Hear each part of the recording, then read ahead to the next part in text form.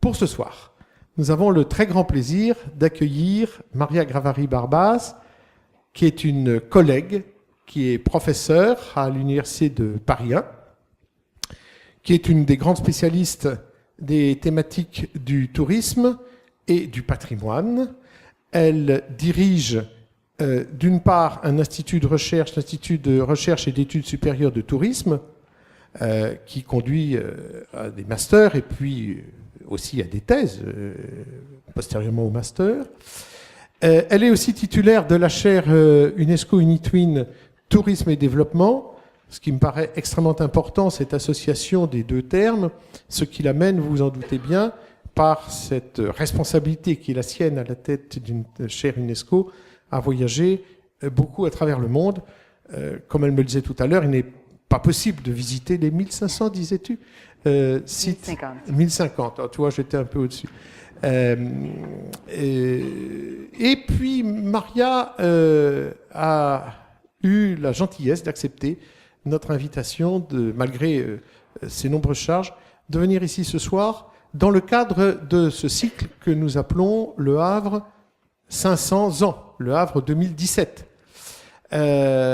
Puisque vous savez bien que la question du patrimoine est une question qui hante la mémoire collective des Havrais, et que l'inscription au patrimoine de l'UNESCO du périmètre Perret a été une date importante dans la revalorisation collective des images que nous portons sur cette ville où nous résidons, et aussi qui est un élément fort de la reconnaissance internationale. Reconnaissance qui existait déjà de par le monde dans les écoles d'architecture, où l'on venait depuis fort longtemps voir ce qu'était Le Havre. On y vient encore plus, et la semaine dernière, dans la conférence qui nous a été proposée, la petite table ronde qui nous a été proposée sur les croisières, on sait bien aussi qu'une des possibilités qui sont offertes aux croisiéristes, c'est de visiter cet espace Perret.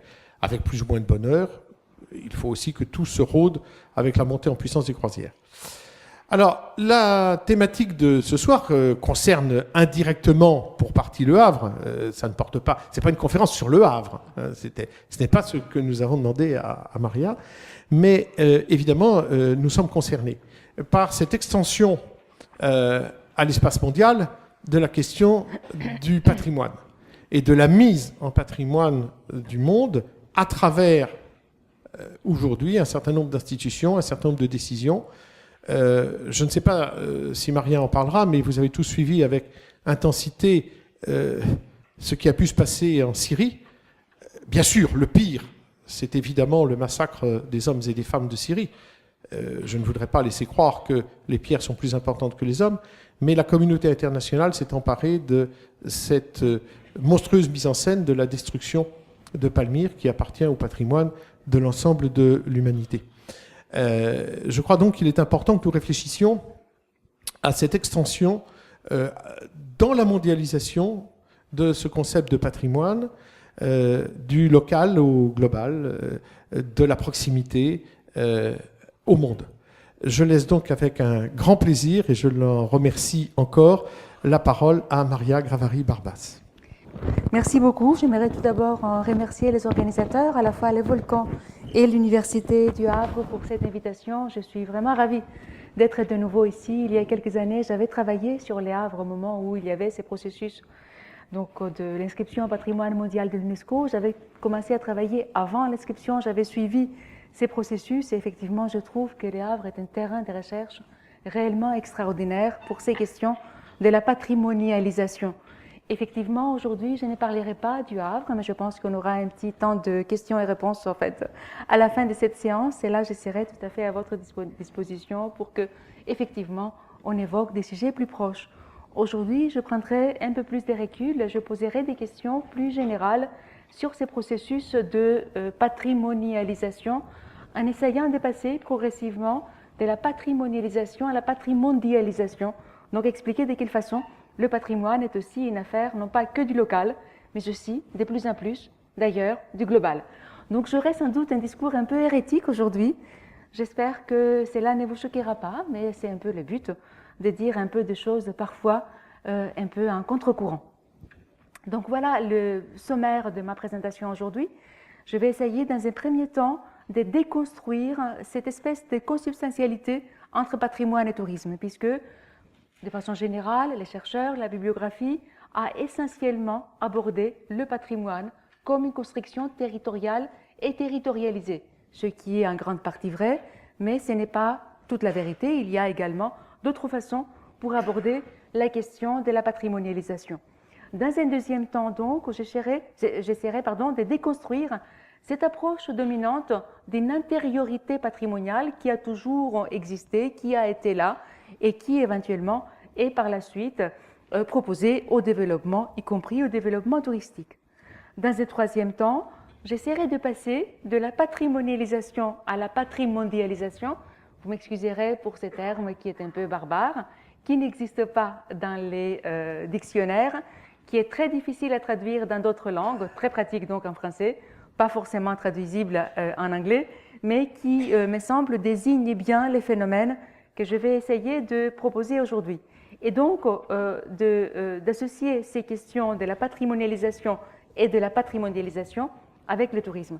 Et dans un quatrième temps, j'essaierai de poser une question qui sera une question un peu ouverte pour nous aujourd'hui, essayer de comprendre et d'analyser le rôle que le tourisme joue dans ces processus de patrimonialisation et de patrimondialisation, quitte éventuellement à aborder le tourisme véritablement comme une sorte de machine à produire des patrimoines et pas seulement donc à consommer des patrimoines. Donc une sorte de changement des regards qui peut paraître un peu désorientant, mais j'essaierai donc de l'expliquer.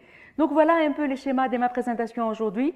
J'essaierai de comprendre donc en fait le patrimoine et le tourisme comme deux phénomènes qui se co-construisent, c'est-à-dire le patrimoine qui, effectivement, par un processus de mise en valeur, est aussi mis en tourisme, mais de voir également le patrimoine comme un produit d'une demande touristique qui parfois est antérieur à l'existence même de ce patrimoine. Et comme je sais que le temps est compté, et comme j'aimerais vraiment qu'il y ait du temps pour la discussion, je vais essayer d'aller relativement vite. Donc je commencerai par cette première partie de cette consubstantialité à discuter, éventuellement à déconstruire entre donc patrimoine et territoire. Alors, quelques éléments de cadrage pour rappeler un peu la façon dont la notion du patrimoine est construite en France et de façon plus générale dans le monde occidental, essentiellement à partir des années 1960 et 1970. En général, elle se construit donc en rapport avec la notion du patrimoine. Le patrimoine est territorialisé, le patrimoine à la fois exprime et est l'expression du territoire. Et inversement, le territoire, de son côté, est structuré dans ses représentations par donc tout un ensemble d'éléments patrimoniaux qui l'incarnent littéralement, voire même se constituent donc en patrimoine dans sa globalité, c'est-à-dire que selon plusieurs analyses, notamment des géographes, mais pas uniquement, les territoires est patrimoine. Donc la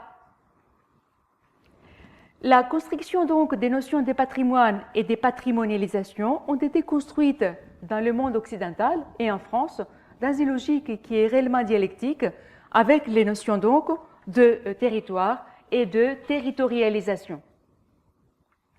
Et en fait, si on revient un peu dans cette historicité finalement de la notion de patrimoine, donc notion qui, comme je disais auparavant, elle s'est construite en France et en Europe aux alentours des années 1960-1970, elle s'est construite donc en ce moment-là comme une valeur, on pourrait dire, refuge. Une valeur refuge, c'est-à-dire une garantie contre l'incertitude du lendemain, contre la grande angoisse de la mort. Et en fait, les raisons qui sont les plus souvent évoquées pour expliquer la patrimonialisation, qui voit les jours de façon tout à fait marquante dans les années 60 et 70, font en général appel, ou en tout cas expliquent cette patrimonialisation par un ensemble des raisons qui font référence à une sorte de repli identitaire qui est donc bien entendu dû à plusieurs phénomènes. Ce qu'on évoque le plus souvent, c'est la crise économique qui touche la France en ce moment-là. On évoque également la décolonisation, on évoque la désindustrialisation, on évoque la désertification des campagnes. Donc tout un ensemble en fait aussi d'autres réactions à la table rase qui a donc vu le jour au cours de la reconstruction qui a suivi la Deuxième Guerre mondiale. Donc le patrimoine n'est pas construit comme une notion qui se réfère à des actions offensives, mais plutôt comme une sorte de réaction défensive, hein. Donc une notion un peu rempart. Et effectivement, quand on regarde globalement la bibliographie, on a l'impression que cette notion du patrimoine, en France et je le répète en Europe, puisque nous pouvons faire ces analyses de façon tout à fait proche dans les autres pays européens.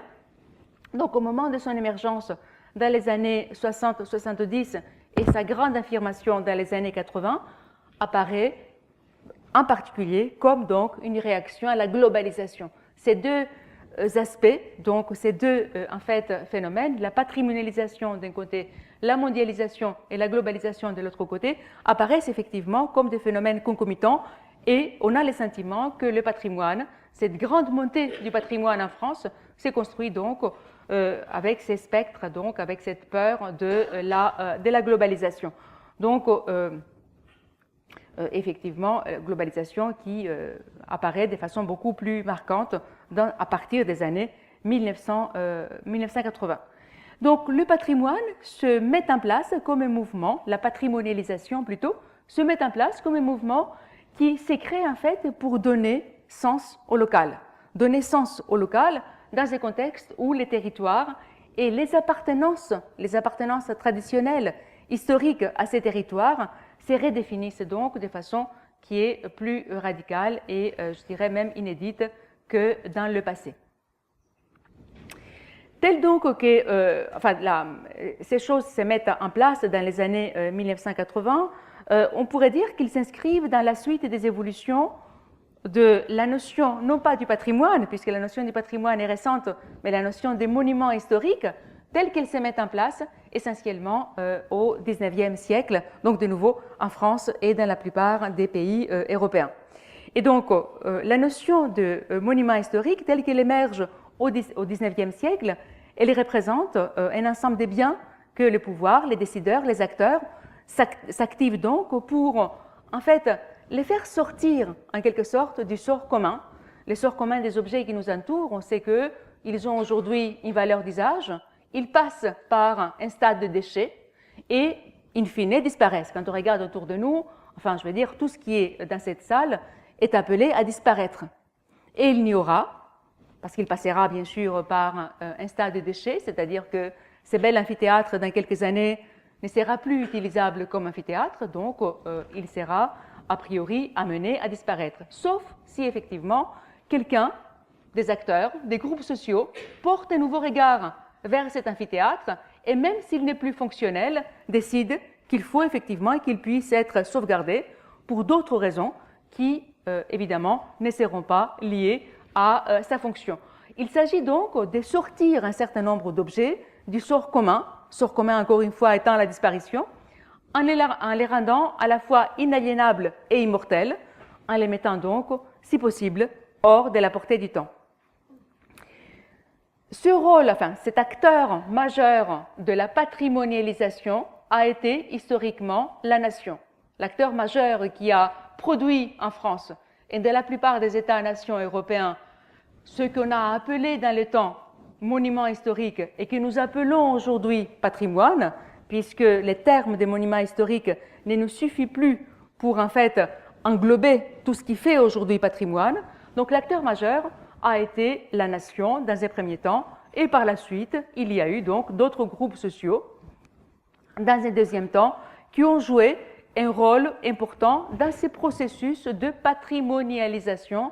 Ces processus de patrimonialisation étant donc la reconnaissance de certains objets, très peu d'objets parmi tous les objets qui nous entourent, la reconnaissance et la volonté effectivement de leur attribuer une valeur, cette valeur ne permettant pas, ou plutôt nous amenant à ne plus du tout accepter la possibilité de leur disparition. Si on regarde tout ceci de façon un peu plus schématique, voilà de quelle façon, notamment Christophe Pommian, explique ces processus donc de patrimonialisation.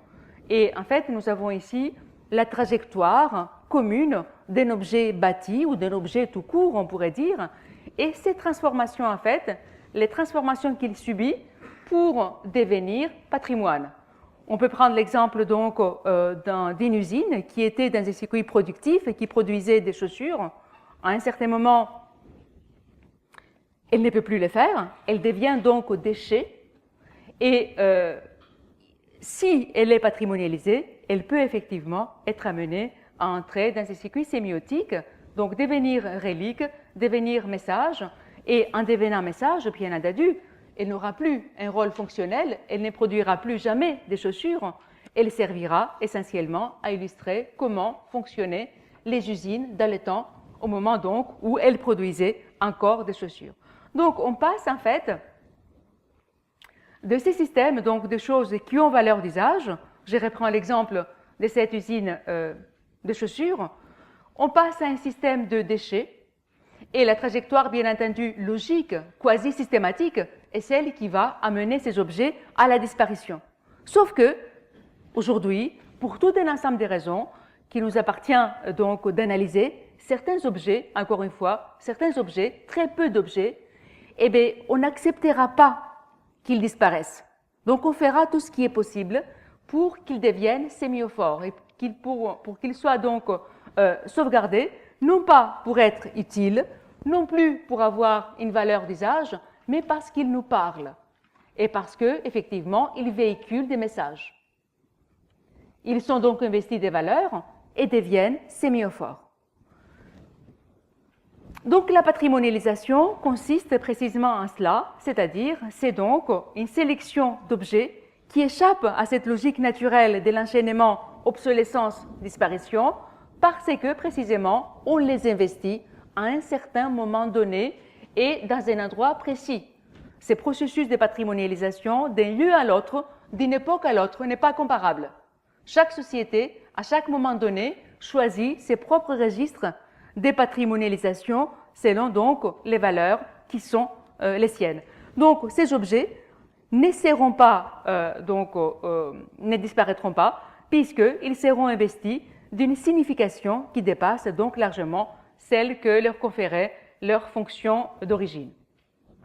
Donc c'est dans ces contextes-là qu'effectivement la notion du patrimoine émerge en France, comme je disais tout à l'heure, essentiellement à partir des années 1960 et 1970, dans un contexte effectivement qui est globalement, on pourrait dire, un contexte de crise.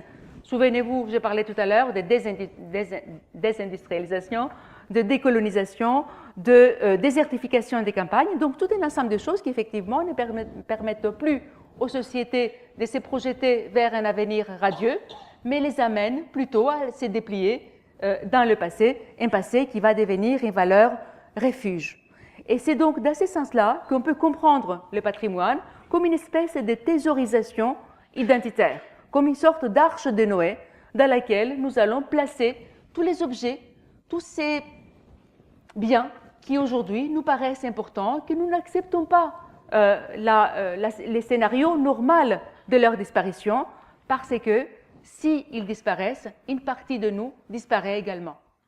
Parce que nous sommes attachés à ces objets, donc on va effectivement les sortir de ce destin normal qui est le leur, la disparition, pour les rendre donc sémiophores. Dans le contexte qui est celui de la fin du XXe siècle, pour tout cet ensemble des phénomènes que j'ai donc présentés, vous m'en excuserez très rapidement, cette patrimonialisation s'accélère, puisque, je les répète, on ne peut pas effectivement se projeter, comme c'était le cas dans les années 50, vers un avenir qui forcément allait être plus radieux, donc repli vers le passé. Et c'est dans ce sens-là que, je pense, nous pouvons faire ce parallèle avec cette arche de Noé dans laquelle nous souhaitons mettre un nombre d'objets extrêmement importants, en fait de plus en plus importants, parce qu'on a l'impression que tout ceci risque de disparaître donc d'un jour à l'autre. Et effectivement, le grand déluge qui risque en fait de balayer notre attachement au territoire est aussi ce qu'on appelle de façon générale la mondialisation. Je reviens à ce que je disais tout à l'heure lorsque je parlais de cette consubstantialité patrimoine et territoire. Vous m'en excuserez, là il y a un texte qui est un peu très long, mais il me semblait important de mettre un extrait de ce texte de Guy Duméo. Guy Duméo, qui est donc un collègue géographe, un des géographes qui a le plus et le mieux travaillé sur le patrimoine et qui a effectivement conjugué systématiquement cette notion du patrimoine à celle du territoire. Je pense que le mieux, c'est de lire son texte, donc de les citer in texto, comment comprendre la territorialité, notamment dans ses dimensions phénoménologiques et symboliques, sans lui conférer une valeur patrimoniale. Et inversement, comment interpréter l'essence du patrimoine sans lui conférer une valeur territoriale. La démarche patrimoniale consiste ainsi à construire une image forte et simplifiée d'un passé commun à un groupe. Cette image se doit d'assurer la cohésion des membres du groupe dans le temps, en renforçant donc la liaison passé, présent, avenir, et la fonction de transmission, et dans l'espace, en structurant donc durablement le territoire. Donc Dimeo parle d'une parenté conceptuelle, entre les notions de patrimoine et de territoire, et je pense qu'au-delà, on peut parler d'une parenté conceptuelle entre les notions de patrimonialisation et de territorialisation. Selon donc toujours les travaux de Guy Dimeo, cette parenté conceptuelle est fondée sur plusieurs, et dit-il, étonnantes correspondances entre ces deux notions du patrimoine et du territoire, puisque, et là donc je les cite, l'un et l'autre participent simultanément d'une double nature matérielle et idéale, remplissent conjointement une fonction mnémonique, inscrivent le tissu social dans la continuité historique, tout en constituant des solides phénomènes culturels. Donc, en attribuant en fait au territoire une valeur signifiante pour l'individu et pour la société, on ne peut se dispenser de lui conférer une valeur patrimoniale. Donc, selon Dimeo, patrimoine et territoire apparaissent donc très intimement liés.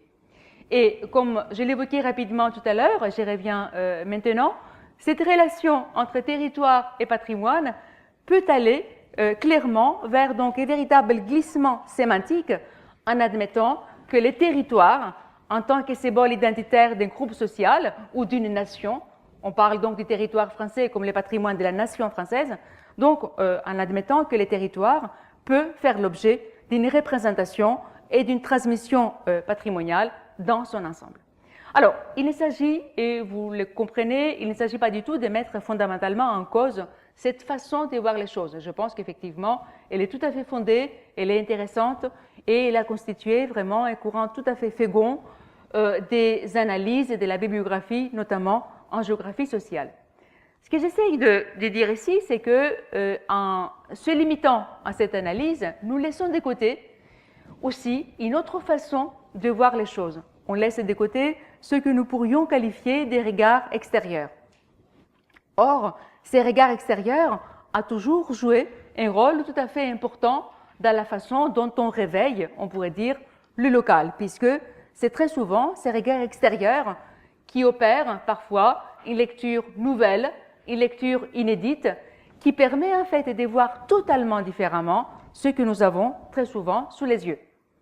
Et très souvent, en fait, c'est les regards extérieurs qui transforment radicalement et en patrimoine des choses que nous avons sous les yeux et qu'on a du mal à apprécier. Bon, là, je vous voyez à quoi j'ai fait référence. Nous sommes aussi dans un lieu qui peut effectivement servir d'analyse à toutes ces questions.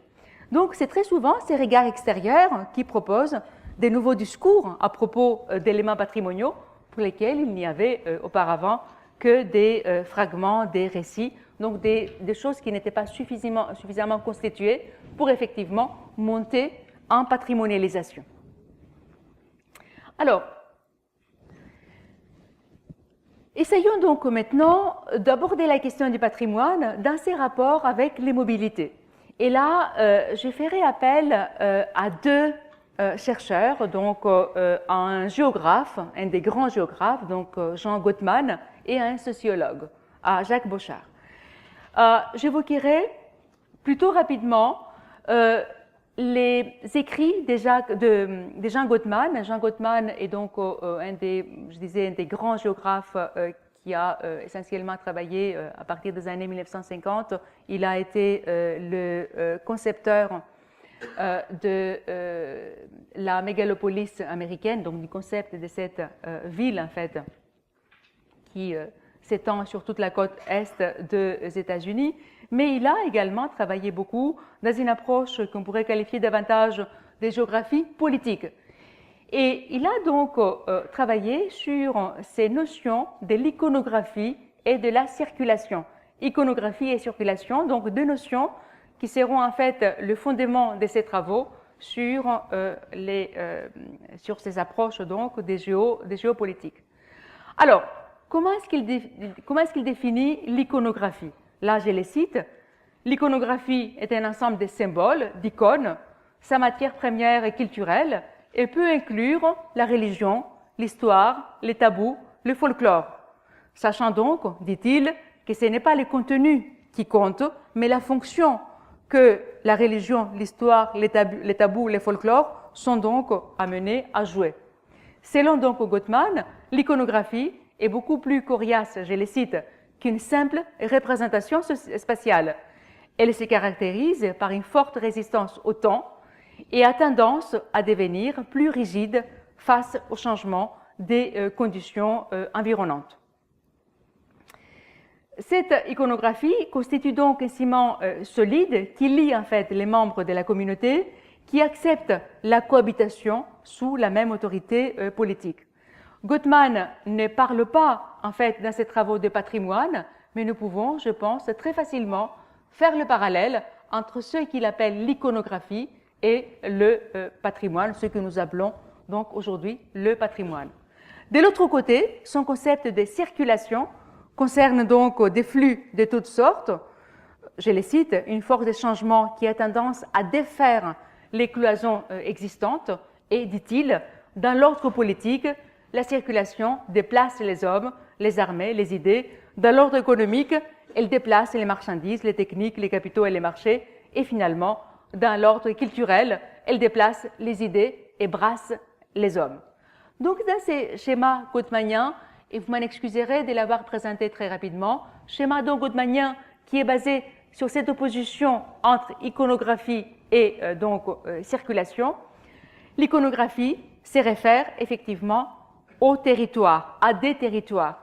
L'iconographie est de l'ordre de l'attachement, de l'appartenance, et donc est caractérisée par des attributs qui remplissent des fonctions qui revêtent le sens de ce qui a été par la suite donc à partir, je disais, des années 1970, grosso modo pour la France, a été appelé patrimoine. Donc, gardons un peu en tête cette analyse donc gottmanienne entre, d'un côté, iconographie, donc référence au territoire, et circulation, référence à toutes ces forces qui décloisonnent les territoires, et avançons un peu dans cette analyse, avec notamment les travaux, donc, je vous disais, d'un sociologue cette fois, de Jacques Bochart, qui a beaucoup travaillé sur ce qu'il appelle l'espace transactionnel.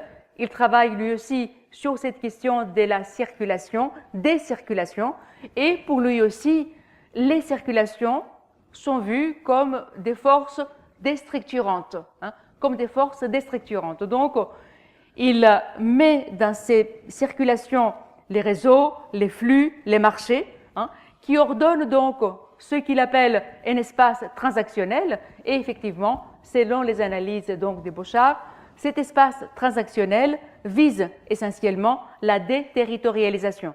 Et bien entendu, met en cause donc certains équilibres territoriaux, met en cause le territoire classique politique, tel qu'il est identifié donc dans ses attributs politiques.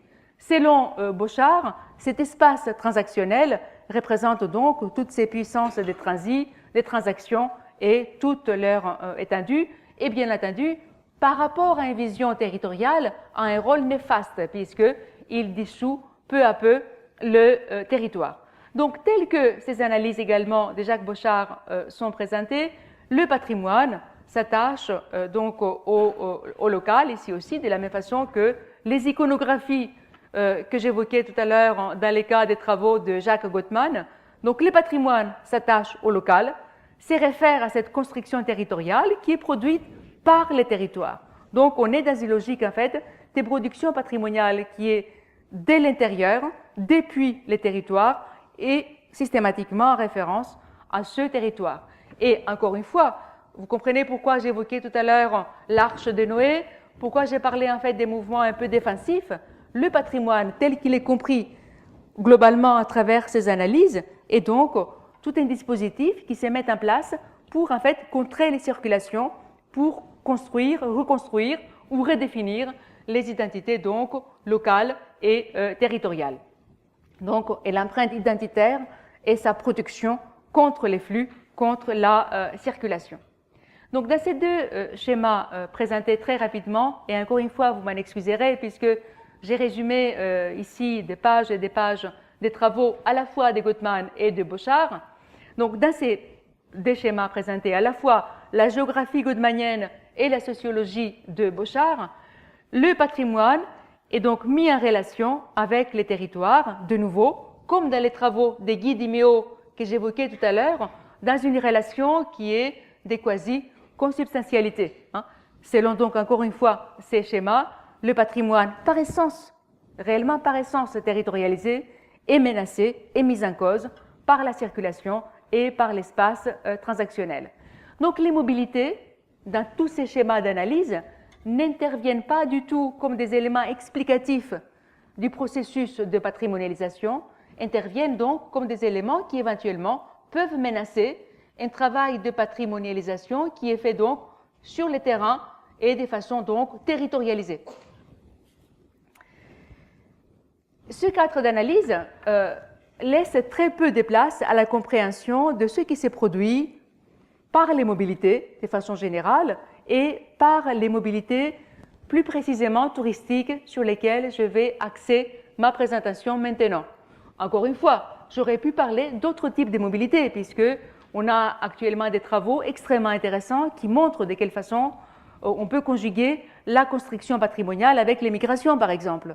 Mais ici, je parlerai essentiellement donc du rapport entre la patrimonialisation et les mobilités touristiques. Et en fait, je pars de ces constats qui me semblent relativement problématiques, c'est-à-dire le fait que ces cadres de pensée, encore une fois, tout à fait intéressants, fondamentalement intéressants. Il ne s'agit pas en fait de dire que tous ces travaux, qui pour moi sont des travaux de référence, n'ont pas de sens. Bien sûr que si.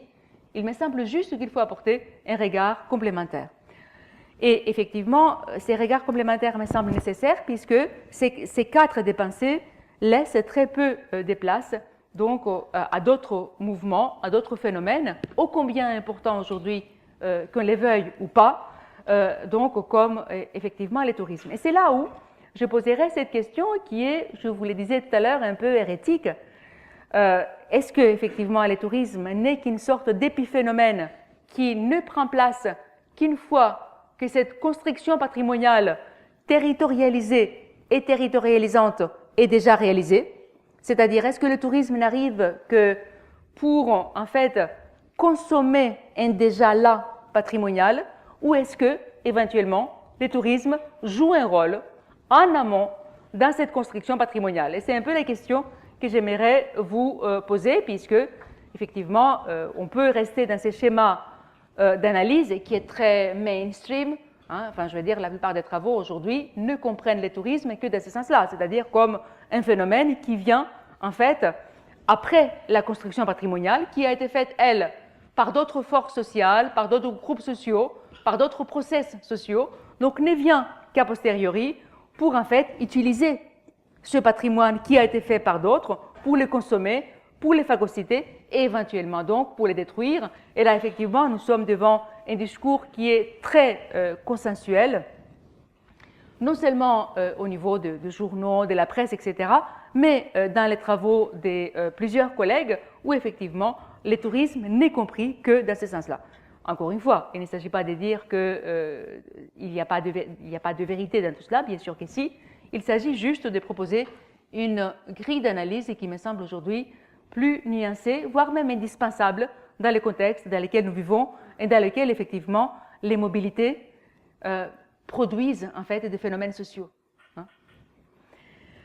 Alors, je passe donc ici dans un exercice de construction de cette intériorité du patrimoine, donc de construire en fait cette idée que le patrimoine est effectivement un déjà là. Et je prendrai, si nous avons le temps, un ou deux exemples, donc des exemples quand même assez emblématiques, le Mont Saint-Michel et les mégalithes de Karnak. Donc le Mont Saint-Michel, bien entendu, site touristique majeur, Et la question que j'aimerais poser, et à laquelle nous allons essayer de répondre ensemble, c'est est-ce que le tourisme a été aussi un acteur de la patrimonialisation du mont? Donc, vous voyez, ce sont des questions qui, effectivement, ne sont pas très mainstream, mais je vais essayer de m'expliquer. Alors, quelques dates repères, je passerai très rapidement, ce sont des choses que vous connaissez ou qui sont connues de façon générale. Donc, nous parlons effectivement d'un grand site de pèlerinage, donc un sanctuaire qui est dédié à l'Archange sur les sites du futur Mont Saint-Michel dès 708, installation des bénédictins en 966 et extension donc du domaine du monastère, notamment grâce à l'apport financier des grands seigneurs de Normandie, de Bretagne, d'Italie et aussi déjà de Grande-Bretagne. Une architecture donc grandiose qui a bien entendu comme fonction essentielle de plaire à Dieu. Hein. Souvenez-vous, on parlait tout à l'heure des objets qui sont dans un système d'usage. L'usage à cette époque-là du Mont Saint-Michel est effectivement de servir Dieu et d'accueillir les pèlerins. Donc cette architecture effectivement grandiose a comme fonction principale de plaire à Dieu, aux moines et aux pèlerins. Et les pèlerins sont en quelque sorte une première forme de mobilité pour laquelle effectivement le Mont Saint-Michel se met en place et effectivement les pèlerinages prennent de l'importance dès les origines du mont. Les pèlerins contribuent bien entendu par leur offrande à la prospérité du ministère et on a quelques chiffres, on n'a bien entendu pas de statistiques systématiques, mais on a quelques chiffres pour certaines années qui nous permettent effectivement de voir que ces visites des pèlerins correspondaient à des nombres qui sont tout à fait considérables, donc 14e siècle, plus de 15 000 pèlerins. Jusqu'au XVIIIe siècle, le Mont Saint-Michel reste dans ces registres d'usage qui est celui d'un site de pèlerinage et fait partie, bien entendu, de cette chaîne de pèlerinage majeur, donc Rome, Jérusalem et Compostelle. Tout ceci va bousculer, bien sûr, sous la Révolution française, puisque les bénédictins sont chassés de ce qui devient à cette époque-là le Mont Libre.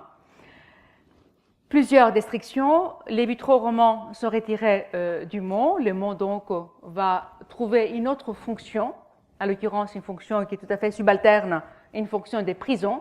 Donc il reste quand même dans un système d'usage, sauf que son usage désormais ne sera plus donc d'adorer Dieu ou d'accueillir les pèlerins. Son usage sera donc d'accueillir les prisonniers.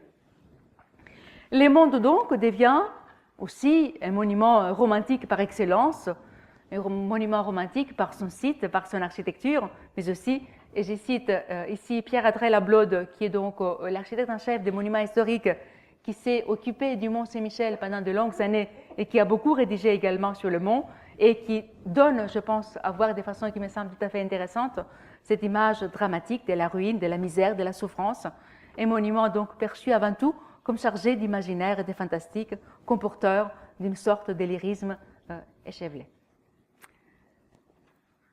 Et cette phrase extraordinaire de Victor Hugo, qui donc décrit le pénitencier en parlant donc d'un crapaud dans le reliquaire pour en fait désigner cette nouvelle fonction donc de prison pour le Mont Saint-Michel. Alors, est-ce que tout ceci et du patrimoine au moment où nous parlons? Effectivement, un premier mouvement romantique, hein, une première séduction en fait pour le Mont Saint-Michel. Mais je vous cite ici Prosper Mérimée. Prosper Mérimée n'est pas que un grand écrivain, il était aussi le deuxième inspecteur des monuments historiques. Donc, il a fait une grande tournée dès les années 1840 partout en France pour en fait identifier les monuments, les sites qui méritaient d'être donc inscrits sur une liste d'alors des priorités, liste qui se voulait à cette époque-là exhaustive, bien entendu.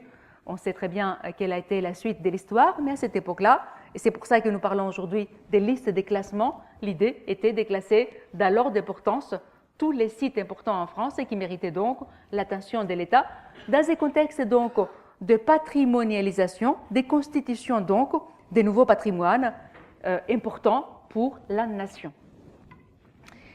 Est-ce qu'il est séduit, Prosper Mérimée, par le Mont Saint-Michel? Bon, hein, pas réellement. Hein, il dit, voilà, Il n'a pas bougé, il m'était resté, je ne sais quelle idée avantageuse de l'architecture gothique du Mont Saint-Michel. Cette fois, elle m'a paru horrible. Les granites n'est point destiné à faire des clochetons et la brume salée de l'ouest a déjà fait justice de toutes ces moulures. Elle ressemble à des morceaux de sucre imbibés d'eau. Donc, on n'est pas forcément dans un contexte de patrimonialisation.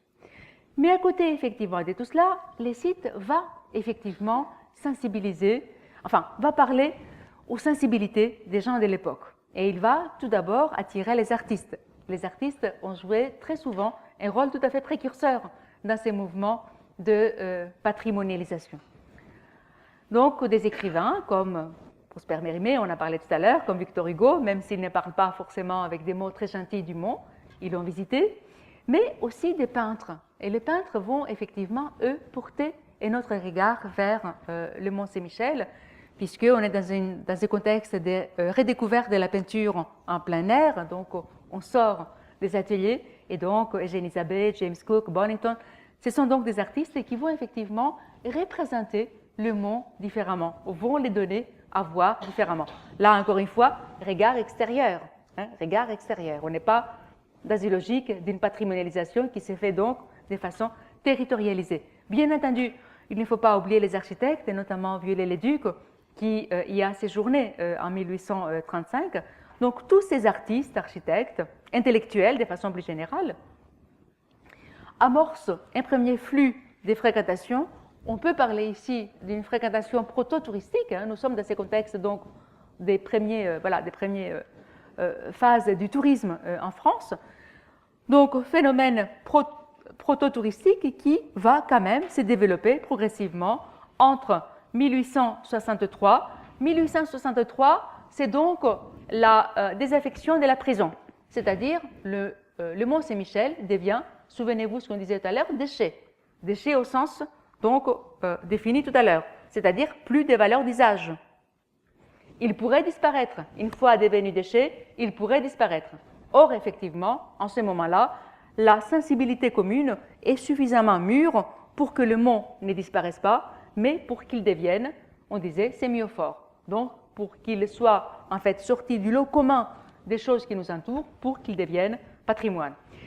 Mais remarquez, la patrimonialisation officielle du mont, c'est-à-dire l'inscription sur la liste des monuments historiques, n'intervient que plusieurs années plus tard, plusieurs années, plusieurs décennies même, après la visite donc de Prosper Mérimée. Donc ce sera en 1874 qu'il sera classé sur la liste des monuments historiques français.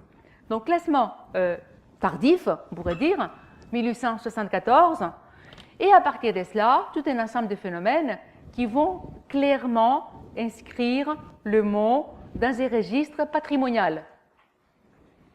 On oublie donc ces valeurs d'usage et on entre maintenant dans une logique de sémiophore, un lieu qui est désormais gardé parce qu'il est investi de valeurs et parce qu'il porte sens. On construit cette digue-route qui a été donc récemment totalement reconfigurée. Ceci intervient en 1879 et à partir de ce moment-là, les portes s'ouvrent et le Mont Saint-Michel devient, on pourrait dire, désormais un produit monumental. Un produit monumental. Donc, il passe très rapidement par cette phase de déchets, pour citer de nouveau Christophe Pommian, puisqu'il n'a pas de fonctions attribuées, plus de prisons, pas de communauté monastique, et donc il retrouve cette nouvelle vocation qui est celle donc de devenir monument. Il devient véritablement un produit monumental. Et à partir de cela, les chantiers s'enchaînent. On a donc les premiers chantiers des Courraillers, architecte en chef des monuments historiques, dès 1875, donc immédiatement après l'inscription sur la liste du patrimoine mondial de l'UNESCO.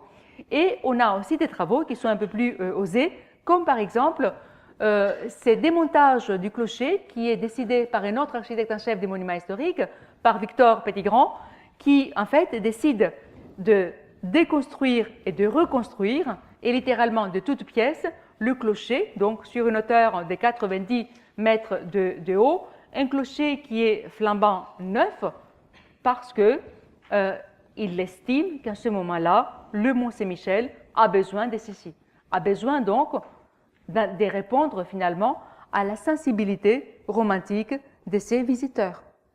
Ce ne sont pas les pèlerins qui les demandent, ce ne sont pas les prisonniers qui l'avaient demandé, c'est un nouveau public qui demande en fait une nouvelle configuration pour le Mont Saint-Michel.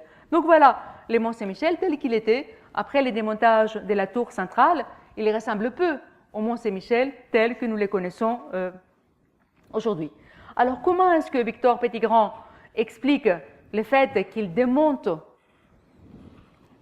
le clocher du Mont Saint-Michel, qui dans sa substance en fait était authentique, on pourrait dire, hein? Comment est-ce qu'il l'explique? Il dit « J'ai cru devoir ajouter une flèche au projet primitif, cette injonction étant constamment réclamée par l'opinion publique. » L'opinion publique, les députés du département, etc., etc. Donc on comprend très bien qui est derrière cette volonté publique, cette opinion publique, et on comprend qu'il y a effectivement une certaine complicité entre les visions donc du restaurateur Victor Petitgrand et cette demande du public, dont touristique, puisque là nous sommes effectivement dans ces contextes des premières mobilités touristiques qui s'affirment de plus en plus, pour cette donc résurrection lyrique du monument, d'autant plus effectivement que en cette fin du XIXe siècle, nous passons d'une visite du mont qui est réservée à ces intellectuels, artistes, etc., que j'évoquais tout à l'heure,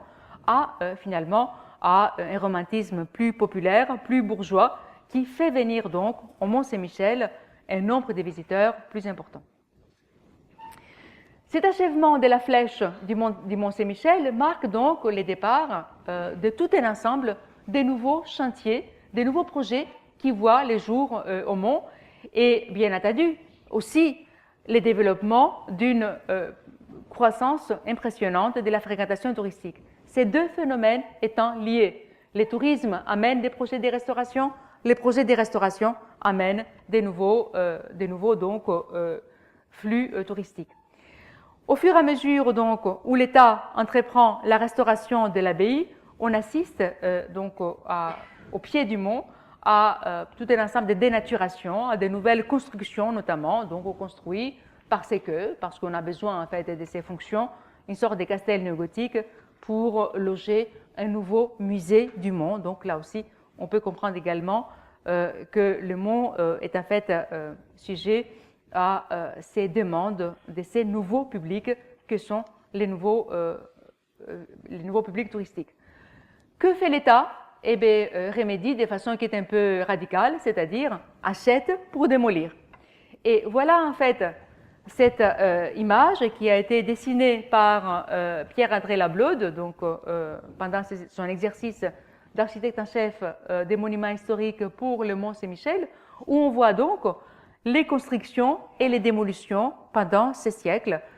Donc en vert, ce sont les bâtiments qui ont été achetés par l'État pour être démolis, parce qu'ils étaient des verrues, parce qu'on ne pouvait pas accepter cette présence sur les flancs du Mont Saint-Michel.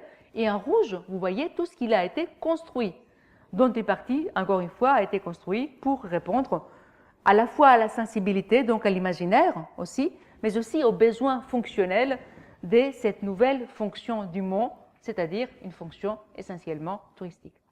Alors, peut-on parler des monuments fabriqués? Peut-être que oui, ça peut paraître un peu, sans doute radical de le dire comme cela. C'est un peu la position de son propre architecte en chef des monuments historiques, qui effectivement met en parallèle les flux de fréquentation qui augmentent de façon tout à fait importante au cours donc de la fin du 19e et le début du 20e siècle, donc tout un ensemble de nouveaux investissements, et effectivement le Mont Saint-Michel est avec la cathédrale de Laon le monument historique le mieux doté en France.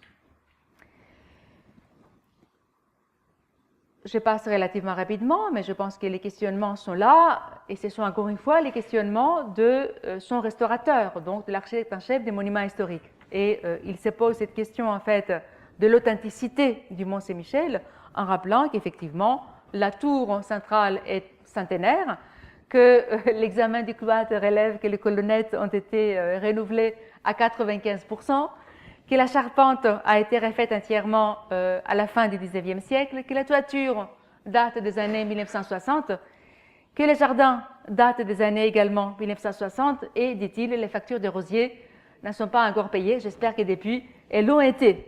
Mais effectivement, au moment où il rédigeait ces lignes, elles ne l'étaient pas. Donc voilà le Mont Saint-Michel, voilà ce que nous avons. Donc voilà une silhouette qu'on croit effectivement éternelle, mais qui a été construite en grande partie au XIXe siècle. Donc ça, je pense, important de les prendre en tête, de prendre aussi en tête le fait que dans cette commune très fréquentée, hyper fréquentée, qui est quand même une des plus petites communes en France, donc 42 habitants, elle est toutefois la 46e commune de France la mieux dotée en monuments historiques. Donc une production de patrimoine qui, effectivement, à l'occurrence, doit, je pense, beaucoup de choses à cette demande, à cette attente des visiteurs. Visiteurs que, par ailleurs, on voit de façon horrifiée, comme des assaillants du mont. Vous avez tous en tête ces images un peu horribles qui montrent donc ces foules qui arrivent au mont. Sauf que, effectivement, ça a été fait pour. Et il ne faut pas l'oublier. Il ne faut pas oublier qu'effectivement, tout ceci n'est pas tombé du ciel. Il a été produit pour qu'il soit aujourd'hui consommé de la façon dont il est consommé. Alors, comme le temps est relativement pressé, je ne parlerai pas des alignements des Karnak. Je les aurais analysés grosso modo de la même façon. Je préfère donc passer directement à l'analyse de tout cela, mais bon, on pourrait revenir sans doute en arrière. Donc voilà, la question que j'aimerais vous soumettre aujourd'hui, c'est est-ce que finalement le tourisme n'est pas qu'un consommateur de patrimoine, donc un phénomène qui arrive, je le répète, après coup pour consommer ces déjà-là patrimonial. Donc dans ces discours hérétiques, il s'agit effectivement de mettre en cause la pertinence de l'hypothèse de l'antériorité du patrimoine. Alors, quand je parle de patrimoine, je ne parle pas bien sûr de ses aspects physiques. Je parle de la constitution d'un objet quelconque en patrimoine. Donc, je parle de ces processus de patrimonialisation. Donc, l'antériorité n'est pas par rapport au cloître lui-même, qui lui, effectivement, date du XIIe ou du XIIIe siècle. C'est en fait de la reconnaissance de ce cloître en patrimoine. Vous comprenez très bien que si dans ce cloître, on loge une prison, il est clair qu'on ne lui attribue aucune valeur patrimoniale. D'accord?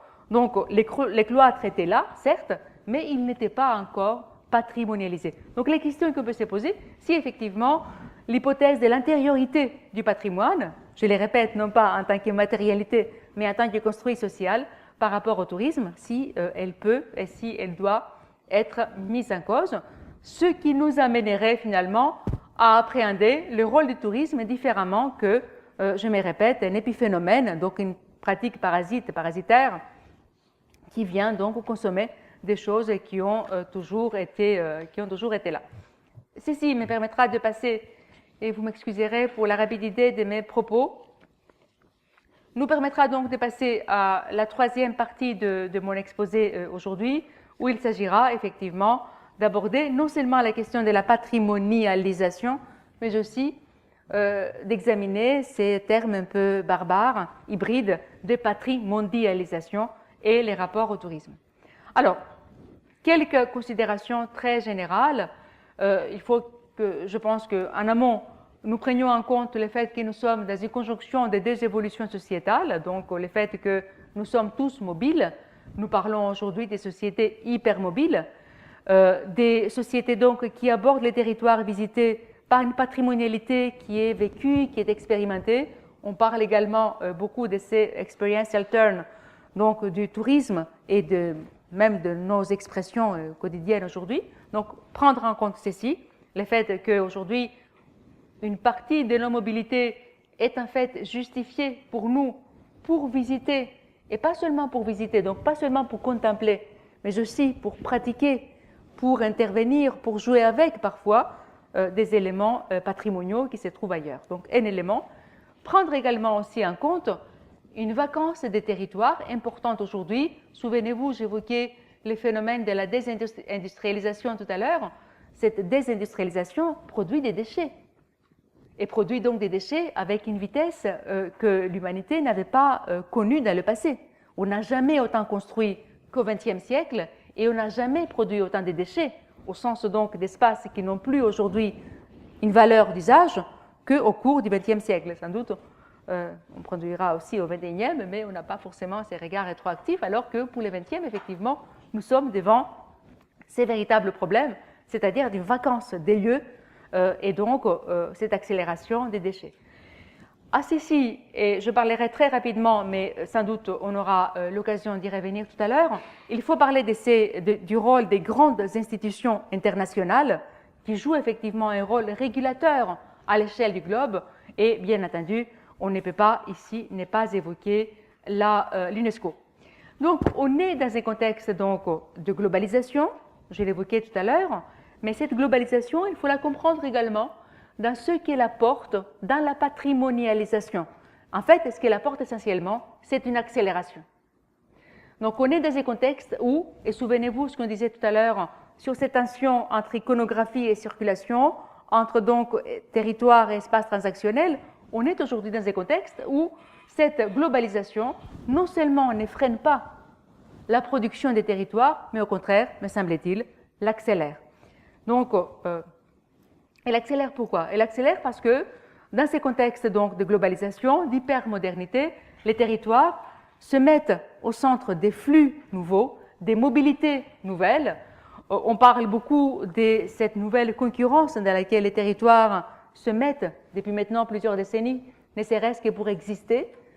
Et donc, dans ces contextes donc, de concurrence des territoires, qui impliquent également des actions de singularisation, cette singularisation, le fait de pouvoir se diversifier, de se montrer, de se donner à voir plus beau, différent par rapport donc à d'autres territoires concurrentiels, dans ces contextes-là, effectivement, le patrimoine est une des cartes à jouer pour les territoires, donc une patrimonialisation par les territoires, mais aussi une accélération par une demande patrimoniale qui est aujourd'hui globale.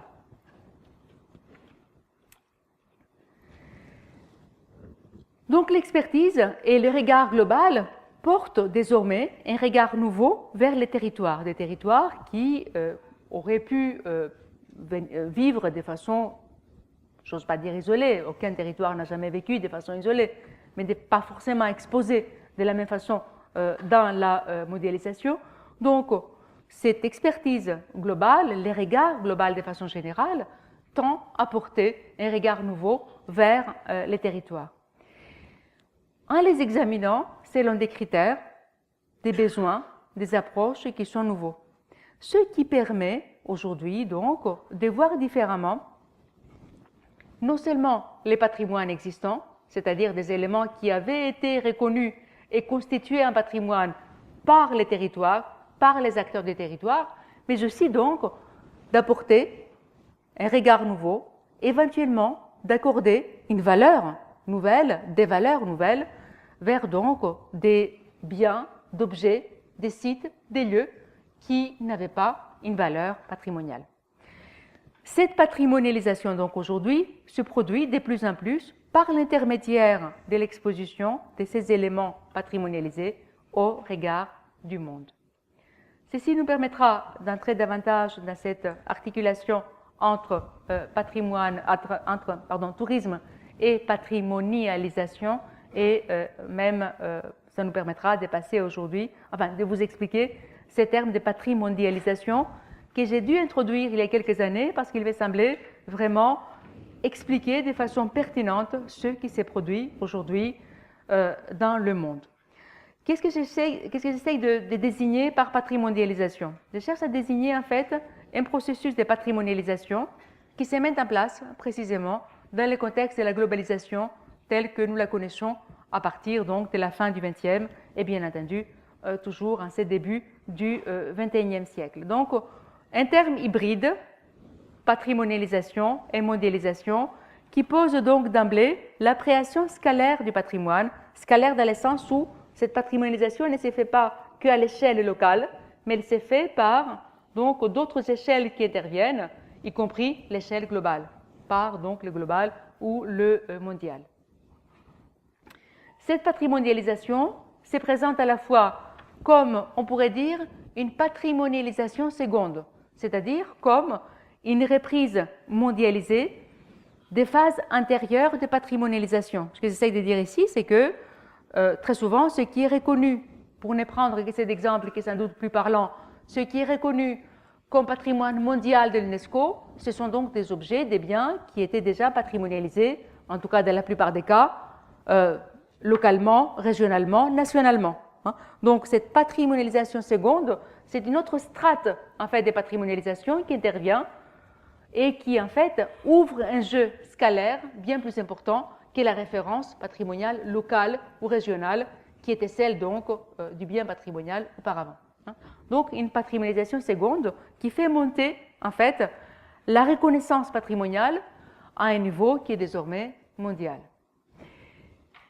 Cela peut être aussi une nouvelle étape des patrimonialisations qui promeut notamment de nouveaux patrimoines, de nouveaux types de patrimoine, par exemple une reconnaissance notamment du patrimoine industriel. Et là où effectivement c'est extrêmement intéressant ce qui s'est produit aujourd'hui, c'est avec le patrimoine immatériel.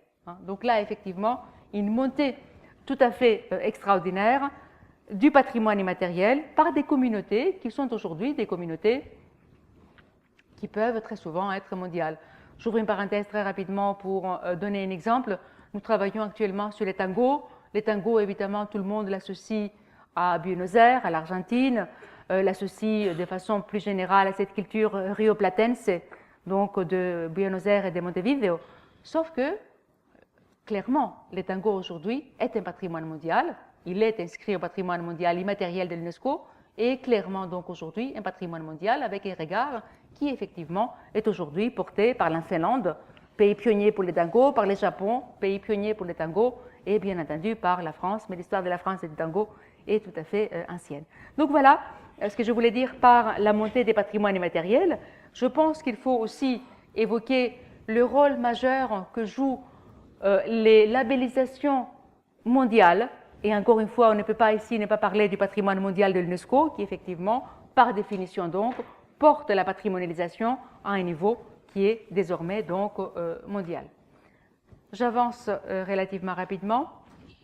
Donc, cette patrimonialisation découle des effets de la mondialisation dans les champs patrimonial.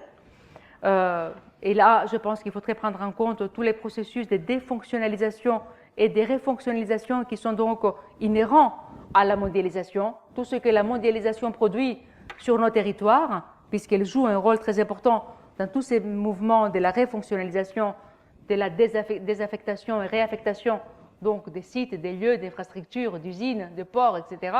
Donc tout ceci, effectivement, il faut les conjuguer également avec ce qu'il s'est produit au niveau patrimonial.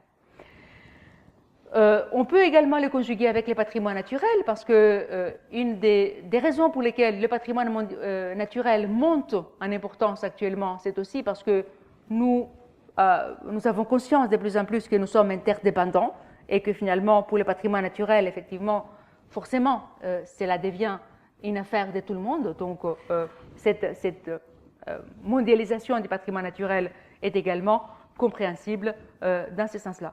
Et aussi, on peut également comprendre les rôles que jouent aujourd'hui les diasporas, de façon générale, dans la production des patrimoines qui sont essaimés dans le monde et qui n'ont absolument pas la même logique ou la même inscription territoriale, comme celle que nous évoquions tout à l'heure. Donc, effectivement, nous pouvons parler d'une mondialisation patrimoniale, d'une mondialisation patrimoniale qui est donc marquée par la mondialisation des labels.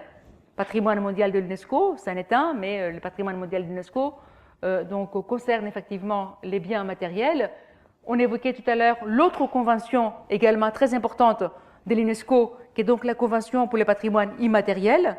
On peut évoquer également la convention sur la diversité culturelle, donc tout un ensemble de dispositifs qui effectivement aujourd'hui fonctionnent dans une logique donc de porter vers la mondialisation des patrimoines et sous l'égide aussi d'acteurs qui sont intrinsèquement mondiaux, l'UNESCO, on l'évoquait, mais aussi l'ICOM, International Council of Museums, l'ICOMOS, International Council of Monuments and Sites, et donc tout ça, ce sont des organismes conseils de l'UNESCO, ICOM pour les musées, ICOMOS pour les monuments historiques et l'UICN pour la nature.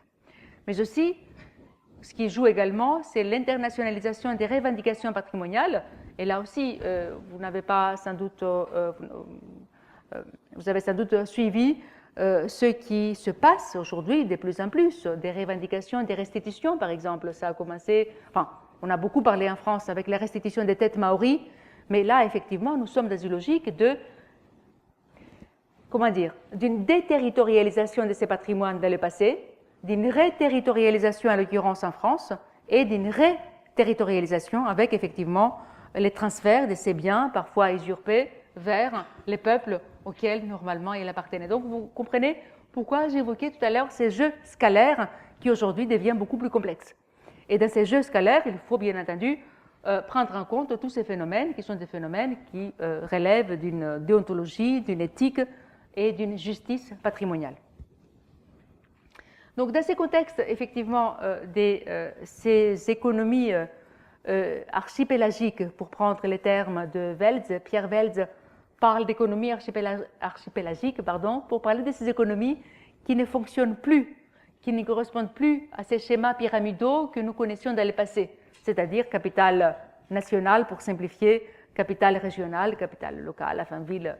On est vraiment dans une logique de mise en concurrence des territoires, dans une logique qui est vraiment archipélagique, comment est-ce qu'on peut dire, archipélagisée, donc où effectivement tous les territoires se mettent en concurrence avec tous les territoires. Donc au-delà des frontières nationales et au-delà des hiérarchies donc, pyramidales classiques historiques. Donc dans ces contextes-là, comme je l'évoquais tout à l'heure, le patrimoine, avec d'autres bien sûr moyens, on peut parler des méga-événements, on peut comprendre pourquoi Le Havre a besoin, pour son 60e anniversaire, de lancer ces grands événements cet été. Donc les grands événements, l'architecture emblématique, ce qu'on appelle la star architecture, sont aussi d'autres moyens que les territoires ont pour se démarquer, mais effectivement, parmi ces moyens, on peut aussi prendre en compte le patrimoine. Je passe rapidement. Alors, est-ce que tout ceci peut réellement nous amener à parler d'un changement des paradigmes patrimonial? C'est effectivement la question que j'aimerais poser aujourd'hui. Et ça pourrait être une question quasi-conclusive, pas totalement, mais presque. Donc, peut-on effectivement comprendre aujourd'hui la production du patrimoine d'une façon différente de celle avec laquelle nous l'avons analysé jusqu'à maintenant? Souvenez-vous, j'avais commencé par les années 1960-1970 et j'avais évoqué ces patrimoines qui avaient été donc construits, qui avaient été compris, pas construits, qui avaient été compris dans sa constitution donc territoriale comme effectivement un rempart identitaire, donc une sorte de thésaurisation d'éléments patrimoniaux. Et effectivement, je pense que cette façon de comprendre les patrimoines mériterait sans doute d'être vue différemment, puisque tout le long des années 1990, 2000, 2010, cette thésaurisation donc d'objets propres à la constitution patrimoniale telle que l'a comprise, telle que l'a analysée jusqu'à aujourd'hui, change de façon tout à fait considérable. Pourquoi et comment? Ceci s'exprime, je crois, au moins de deux façons. Au moins de deux façons, enfin je n'aurai pas le temps d'analyser plus que ces deux façons. Tout d'abord, il s'agit de collecter des nouvelles catégories d'objets qui se réfèrent désormais aux nouveaux acteurs de patrimonialisation dont certains n'avaient pas auparavant ou avaient très peu la capacité de patrimonialiser. J'évoque ici un phénomène que vous connaissez très bien, qui est celui de la pluralisation patrimoniale. Le fait qu'aujourd'hui, la constitution patrimoniale n'est plus du tout. Et c'est là où également les patrimoines immatériels bouleversent considérablement la donne. Donc la constitution du patrimoine n'est plus aujourd'hui le rôle des experts. On est dans une logique de désintermédiation, en fait, de cette production patrimoniale.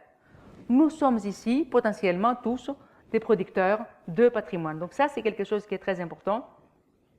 Je pense que c'est un aspect qui a été déjà étudié et il y a très peu de choses à rajouter.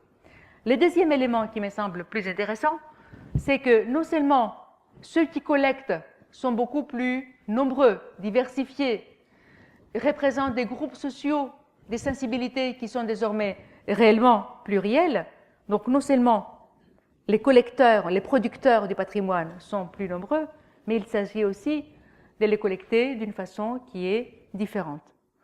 Les sentiments que j'ai à travers mes travaux, mes analyses de terrain, c'est qu'aujourd'hui, nous sortons réellement de cette approche donc de thésaurisation patrimoniale. Donc nous sortons effectivement de cette approche qui dans le passé étant le 19e siècle, donc au moment où cette thésaurisation patrimoniale des nations se met en place. Donc il s'agit aujourd'hui de ne pas considérer que nous sortons ces biens vraiment du sort commun, c'est-à-dire la disparition, pour toujours. Donc on ne les met pas forcément pour toujours hors de la portée du temps. Il s'agit plutôt de collecter ces objets parce qu'ils ont une valeur symbolique qui est parfois éphémère. Et c'est là où il y a également des changements importants.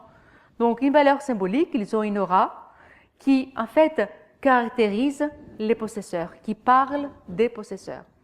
Cette valeur ne vise pas donc de protéger les éléments patrimoniaux en question, en tout cas pas uniquement de protéger les éléments patrimoniaux en question, en les mettant vitam aeternam pour toujours en dehors de la portée du temps. Elle vise surtout à leur assurer précisément une valeur transactionnelle.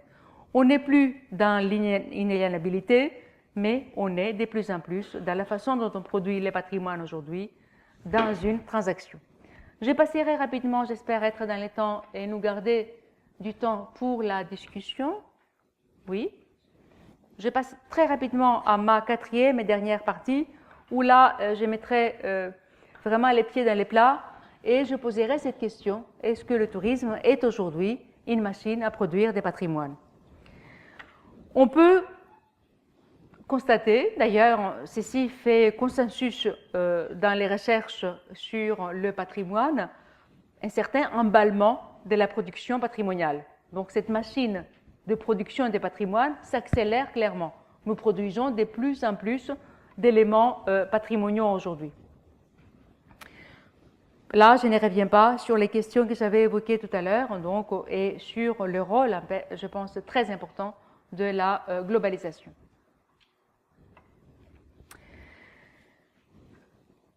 J'ai le sentiment qu'au cours des dernières décennies, la demande sociale, et en particulier la demande touristique pour les patrimoines, ne s'exprime pas seulement par la recherche d'une affirmation ou d'une réaffirmation des sens qui accorde donc une reconnaissance symbolique aux objets matériels qui sont progressivement érigés en patrimoine, par donc ce travail de reconnaissance classique qui s'est fait en général, le travail de la patrimonialisation que j'évoquais tout à l'heure.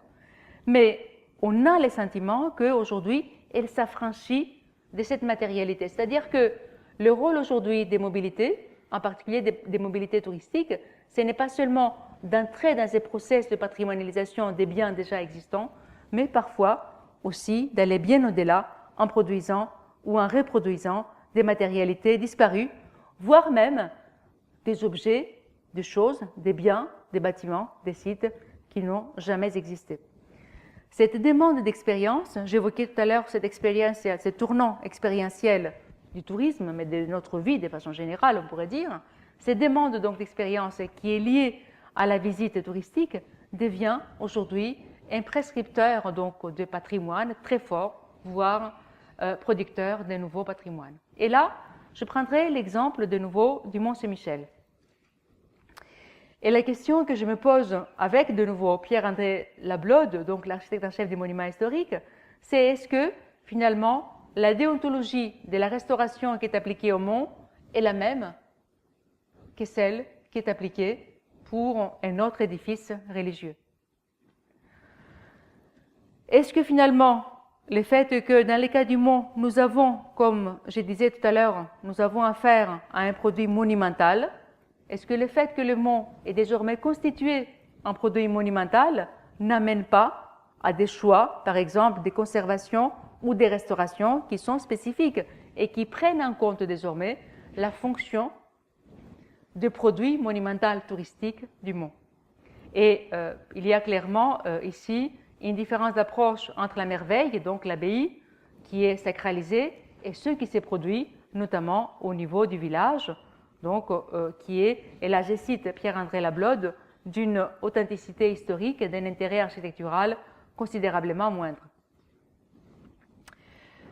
Dans ces donc process de patrimonialisation, voilà de quelle façon aujourd'hui on produit. Quand je dis produit, je parle des productions ex nihilo, à l'occurrence, du patrimoine, dans les cas du mont. patrimoine mondial de l'UNESCO. Donc voilà, il s'agit ici d'une reconstruction d'un hôtel qui sert d'hôtel et qui doit correspondre finalement à cette sensibilité des visiteurs, des touristes. Donc on reconstruit cet hôtel qui n'a jamais existé sous cette forme-là. Au contraire, on a des documents qui permettent effectivement de savoir que, par exemple, dans l'hôtel Saint-Pierre, on sait que la façade était construite en pierre, sauf que la pierre est plus austère. Elle est sans doute moins sympa que ces colombages colorés. Donc, l'option qui est prise de façon tout à fait claire et à l'occurrence assumée, parce qu'il ne s'agit de tromper personne. Personne n'est dupe, ni les touristes, ni les locaux, ni, je pense, l'architecte en chef qui prend cette option. Tout le monde fait ses choix en toute connaissance de cause. Même si, effectivement, cela, quelque part, nous heurte de savoir que lorsque nous visitons le mont, nous visitons effectivement un produit monumental. Et puis les exemples pourraient être en fait multipliés. Bon, la chambre, les salons d'ambre qui a été reconstitué, les Globe Theatre à Londres qui a été effectivement créé ex nihilo pour des raisons qui sont éminemment culturelles, bien entendu, mais qui en fait ne permettent à ces lieux d'exister que parce qu'il y a cette énorme demande touristique. Le choix de son emplacement d'ailleurs à une distance par rapport au lieu présumé du Globe Theatre de Shakespeare a été choisi pour des questions qui relèvent également d'un opportunisme, on pourrait dire, de visite, lié à la visite. Le bosquet des Trois Fontaines, qui a été reconstruit à Versailles, totalement disparu, totalement reconstruit. Effectivement, vous retrouvez cette construction en pierre. Vous ne voyez pas, ce n'est pas fait pour, une construction donc moderne en béton qui soutient cet ouvrage. Et il convient sans doute de dire qu'il a été construit, non pas par l'argent du contribuable, si cela peut nous rassurer, mais il a été reconstruit par les amis américains de Versailles, donc des personnes qui ont connu en tant que touristes Versailles et qui en fait aspiraient à donner à Versailles toute sa gloire, grandeur, enfin bref, tout ce qu'on veut. Voilà, évoquer très rapidement ces formidables chantiers d'Hermione à Rochefort. Là aussi, il ne s'agit absolument pas de réduire ces projets extraordinaires, fondamentalement extraordinaires, que aux aspects touristiques, mais effectivement, s'il a pu être construit, c'est parce qu'il a été construit par les touristes. Il a été payé par les touristes. Et pour pousser les vis un peu plus loin, la Sagrada Familia, qui est sans doute la première cathédrale qui a été construite par les touristes. Je ne dis pas pour les touristes, c'est sans doute le cas. Mais elle a été construite par les touristes, puisque aujourd'hui, les crowdfunding, au Moyen-Âge, c'était tout le monde qui donnait son obol. Aujourd'hui, ce sont donc ces milliers de touristes, décriés par ailleurs, à Barcelone, qui permettent donc la construction de cette cathédrale et de cette église, ce n'est pas une cathédrale.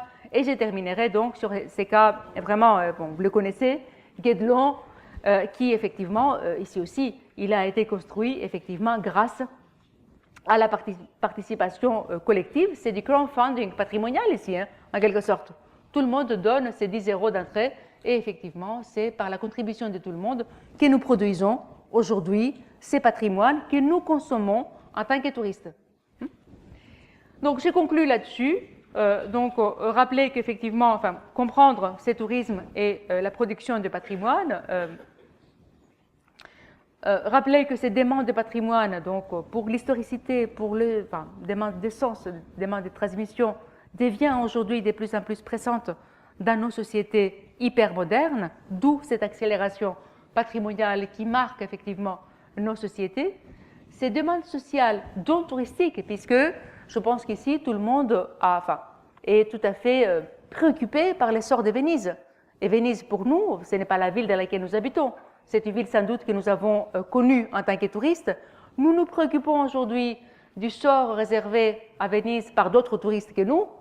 Mais effectivement, je veux dire aujourd'hui, cette demande patrimoniale dépasse largement les lieux dans lesquels nous vivons. Nos sensibilités patrimoniales aujourd'hui nous amènent à être sensibilisés pour les cas de Venise, pour les cas de Borobudur, pour les gars d'Angkor, etc., etc. Donc, voilà, je pense que ces demandes sociales, dont touristiques, bien entendu, il y a tout un ensemble d'autres machines à produire des patrimoines, mais cette machine touristique est celle qui m'a intéressée aujourd'hui. Je pense que mérite d'être comprise comme un des moteurs des reconstructions et des restitutions diverses qui ont effectivement connu un développement extraordinaire au cours des dernières années. Et donc, voilà, je pense que dans ce sens-là,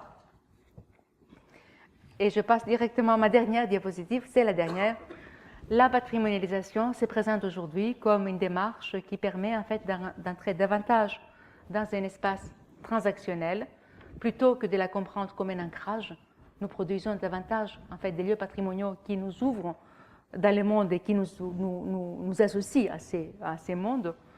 Donc comme une possibilité plutôt d'entrer en circulation que comme une affirmation d'une iconographie au sens des Gottman que j'évoquais tout à l'heure. Donc voilà, j'espère que nous avons un peu de temps pour la discussion. Merci beaucoup pour votre attention et désolé.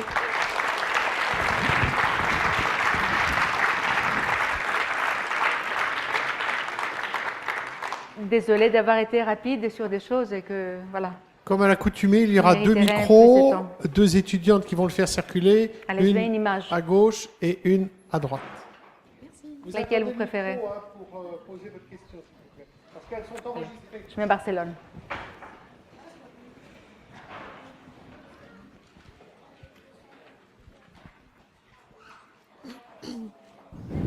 Merci.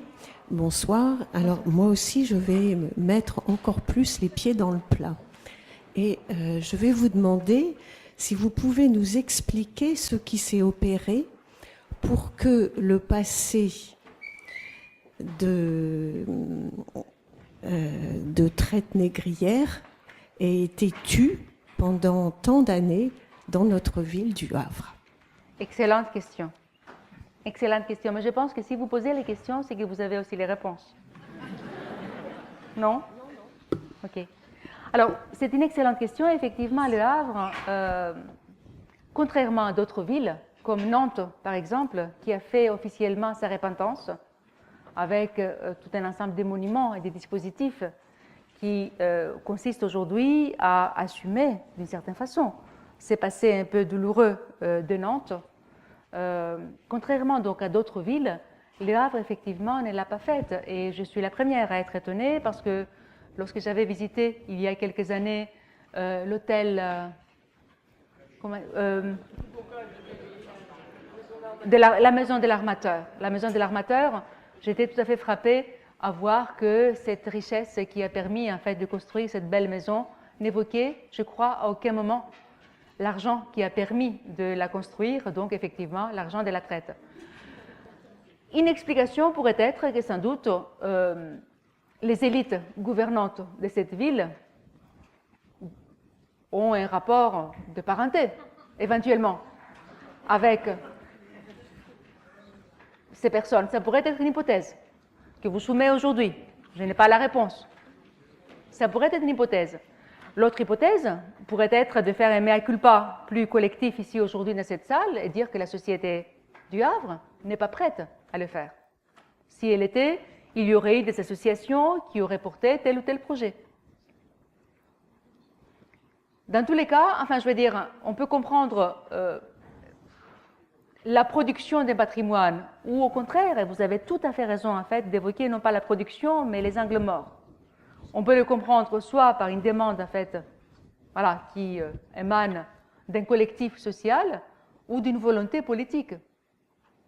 Dans les cas de l'inscription du Havre au patrimoine mondial de l'UNESCO, excusez-moi si je me trompe, mais j'ai l'impression que ce n'était pas du tout le process ou l'expression d'une demande collective.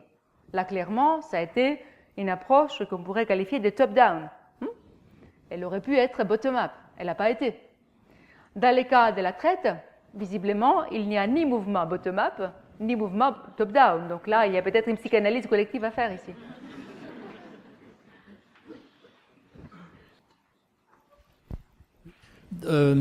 Au travers de votre exposé, j'ai l'impression qu'il y a aussi une valeur marchande dans tout ça, notamment le tourisme l'illustre parfaitement.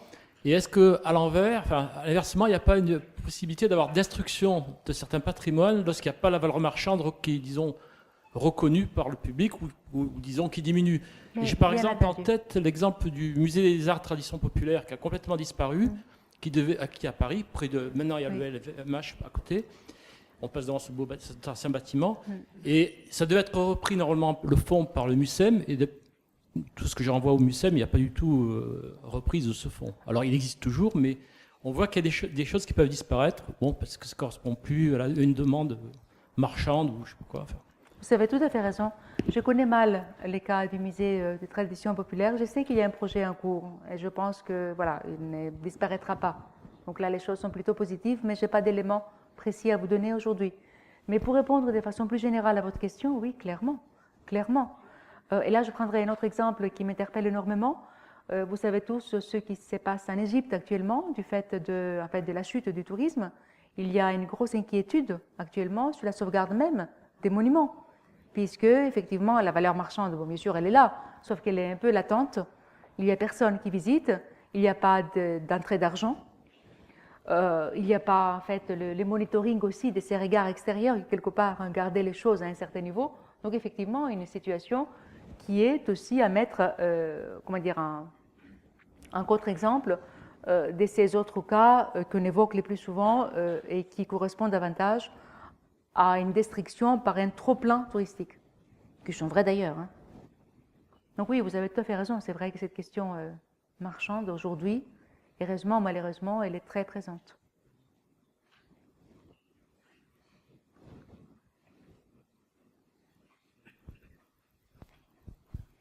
Bonsoir madame. Parler d'espace transactionnel, est-ce que ça ne revient pas à dire que ce serait se plonger dans un futur pour le patrimoine? Pas réellement. Vers une nouvelle destruction, une nouvelle émergence. Pas réellement. En fait, non, j'ai évoqué la façon dont on fait et défait les patrimoines, non pas par une appartenance territoriale, mais par les forces de la circulation et par donc cet espace transactionnel tel que le nommait donc notamment Jacques Beauchard. Alors, nous sommes habitués en France à une logique patrimoniale qui en fait associe patrimoine et inaliénabilité. Ce n'est pas le cas, vous le savez très bien, dans d'autres pays, où effectivement les choses circulent, sont amenées à circuler, et où donc cette construction patrimoniale, pour en fait les raccorder à la question que vous venez de poser, est associée à ces valeurs marchandes qui sont elles-mêmes constitutives d'une certaine patrimonialisation. Donc ce que j'ai essayé de dire, c'est que cette patrimonialisation ne se joue pas toujours dans ces schémas sans doute simplistes, parfois un peu angéliques, qui consistent toujours à évoquer ces patrimoines construits bottom-up par ceux qui vivent sur le territoire, etc. J'ai l'impression qu'aujourd'hui, ceci est moins le cas que dans le passé. Et qu'aujourd'hui, effectivement, cette force patrimonialisante qu'on peut qualifier de transactionnelle fonctionne plus que dans le passé. Il y avait une question, je pense. Oui. Oui, C'est une question. Vous avez en partie répondu à ma question. Je cherchais souvent à traduire ce mot branding a city. Brand, c'est une image de marque. Et relever, rehausser l'image de marque d'une ville. Et c'est vrai que le mot patrimonialisation répond en partie à votre question, sauf que le côté marketing, plutôt à vos propos, mais n'apparaît pas dedans. Alors que patrimonialisation, bien souvent maintenant, va avec l'idée de marketing. Alors j'avais deux questions pour vous. C'était qu'est-ce qu'une patrimonialisation réussie? Oui. Quelles sont les conditions pour lesquelles cette patrimonialisation marche? Et puis vous avez dit avec bottom-up et puis up and bottom, quels sont les acteurs et quels sont les rapports entre les élites, alors j'aime pas le mot élite, mais les édiles par exemple d'une ville, enfin l'équipe municipale et la population. Comment faire pour que le récit qui doit s'imposer fonctionne? Alors, pour moi, une patrimonialisation réussie est une patrimonialisation qui fait partie d'un projet de société et qui s'intègre dans ce schéma de développement. On pose très souvent la question sur le patrimoine mondial de l'UNESCO. j'aurais du mal à tirer une conclusion générale sur les aspects positifs et négatifs d'une inscription au patrimoine mondial de l'UNESCO. Mais il y a un aspect que je trouve positif, surtout aujourd'hui, parce qu'aujourd'hui, l'inscription au patrimoine mondial de l'UNESCO devient éminemment compliquée. Ce que je trouve très positif, c'est en fait tous ces cercles vertueux dans lesquels les territoires doivent se mettre pour pouvoir proposer un dossier au patrimoine mondial de l'UNESCO. Effectivement, après, une fois inscrit au patrimoine mondial de l'UNESCO, c'est une autre course qui commence, qui est également tout à fait cruciale, importante, etc. Mais pour moi, l'essentiel finalement est joué dans cette phase avant, où les territoires, parce que justement il y a ces regards extérieurs des experts de l'UNESCO, etc., portent sur lui-même un regard introspectif et regardent de façon beaucoup plus détaillée de quelle façon les patrimoines qui sont les siens, peuvent être utilisés, partagés, de quelle façon ils peuvent être inscrits dans un développement à venir, de quelle façon ils peuvent entrer dans un schéma prospectif de développement. Donc voilà, pour moi c'est ça, une patrimonialisation positive, c'est celle qui en fait se met en place dans un projet qui est identifié et partagé. De toute façon, derrière n'importe quelle patrimonialisation, il y a un projet identitaire, un pécunier, enfin bref. Il ne faut pas oublier que même si là on a opéré une lecture patrimoniale au sens du patrimoine culturel, etc., le patrimoine au sens propre du terme est fait pour être accumulé, pas pour être partagé. Hein? Donc là, on inverse ces schémas. Et dans ces schémas, effectivement, le partage devient important, surtout lorsqu'il s'inscrit dans un projet de société. La deuxième question était... Oui. Oui. Oui. Alors, bon, là, encore une fois, on a des schémas qui peuvent être tout à fait différents d'un lieu à un autre, d'un bien patrimonial à un autre. Dans les cas du patrimoine mondial de l'UNESCO, dans ces schémas, encore une fois, de discours au niveau de l'UNESCO, ce sont toujours les communautés. Les communautés, c'est les grands mots d'ordre en fait, de l'UNESCO, donc les communautés locales qui doivent porter le patrimoine mondial. On sait très bien que dans la plupart des cas, aujourd'hui, le patrimoine mondial est instrumentalisé. Pour moi, instrumentalisé n'est pas forcément péjoratif. Instrumentalisé, il est un instrument pour atteindre d'autres buts. Et donc, on est effectivement dans des logiques qui sont davantage celles des édiles, donc dans une approche top-down. Est-ce que ces deux mouvements, bottom-up et top-down, peuvent se rencontrer? Oui, incontestablement. Après, cela relève aussi des capacités de ces édiles ou de ces élites de faire partager un projet qui éventuellement, dans un premier stade, a été imaginé dans les cabinets d'un maire ou ailleurs. Je ne sais pas si j'ai répondu à votre question.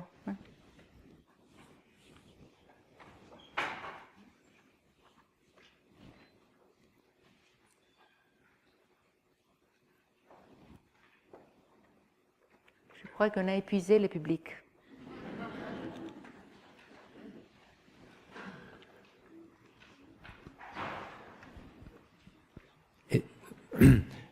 Merci, c'était intéressant. C'est la première fois que je viens, moi. Bon, revenez donc. Oui, je reviendrai. Vous avez les rendez-vous de la semaine prochaine. Est-ce que la patrimonialisation, avec son entrée dans l'espace transactionnel, comme vous l'avez bien expliqué, n'engendre pas un mouvement de plus en plus rapide qui annoncerait justement la fin du patrimoine tel qu'on le conçoit? Excellente question. Excellente question. Alors, on a passé, enfin, moi et d'autres collègues, 1 an et demi de notre vie dans une sorte de think tank fermé sur les avenirs, le futur du patrimoine. On a esquissé un ensemble de scénarios possibles pour les années à venir. Le scénario dominant est celui d'une omnipatrimonialisation, donc d'un emballement en fait de cette machine patrimoniale. Mais on avait évoqué effectivement un scénario négatif, extrême, qui pourrait être celui d'un non-patrimoine. On peut imaginer effectivement que Aujourd'hui, les sociétés, les nouvelles générations n'ont plus besoin de ces référents pour construire des choses. On pourrait imaginer que l'immatérialité, l'immatérialisation, la désintermédiation du patrimoine, ou de façon plus générale du monde qui nous entoure, pourrait aller dans ce sens-là. Ceci semble aujourd'hui un scénario peu probable, beaucoup moins probable en tout cas que d'autres scénarios plus dominants. Mais qui sait comment on parlera de patrimoine en 2050 ou en 2060? Il ne faut pas oublier que le mot patrimoine, au sens où on l'utilise aujourd'hui, au sens donc du patrimoine initialement culturel, entre dans le vocabulaire officiel en 1978. 1978. Donc on a affaire à une notion que, telle qu'on l'a définie aujourd'hui, est récente. Qui sait de quoi nous allons parler plus tard? Mes collègues et moi, nous nous cassons la tête pour comprendre comment faut-il parler aujourd'hui de ces mouvements. Il a fallu inventer le mot patrimoine parce que le mot monument historique faisait un carcan qui était un peu trop étroit, qui ne convenait pas. Donc on a inventé, on a plutôt adopté, on s'est approprié du mot patrimoine en le changeant de sens en quelque sorte. Aujourd'hui, sans doute, il faudra inventer un autre mot, une autre notion.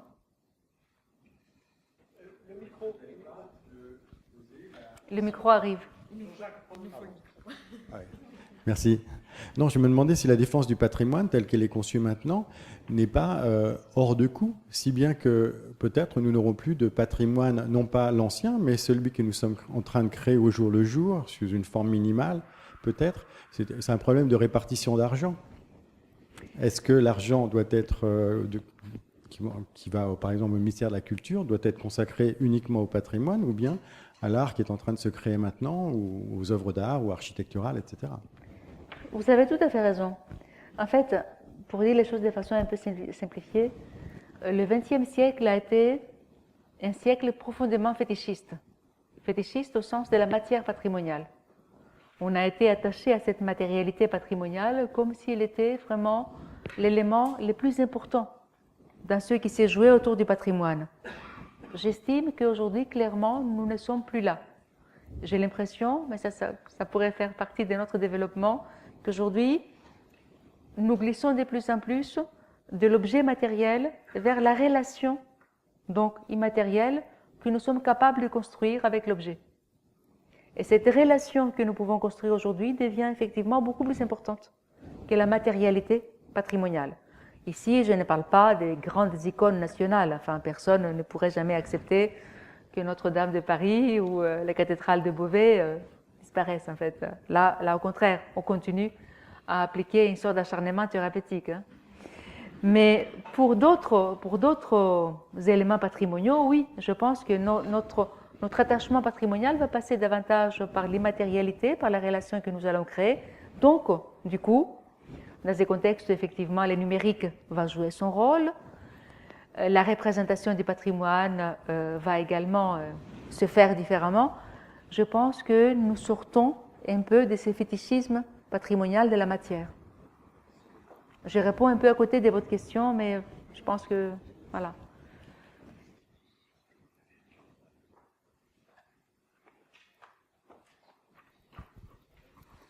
Et du coup, pour suivre le fil de votre pensée, je reviens justement à Palmyre.